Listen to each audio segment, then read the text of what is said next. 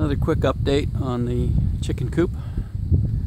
Just did a few walls up, 2 outside walls and 1 interior wall.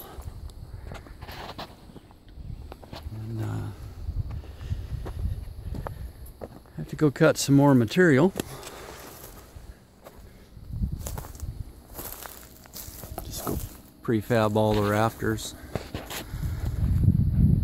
And mill 1 more log for some more studs for the end walls. And skip sheets to put on top of the rafters, and then I can nail up the metal, or screw down the metal roof.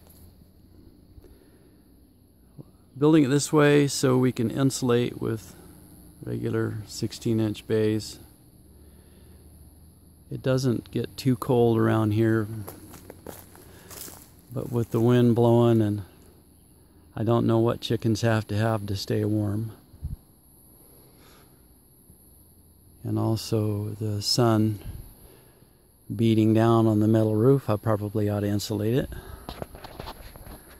So I'll show you more when we get a little farther along. Have a blessed day.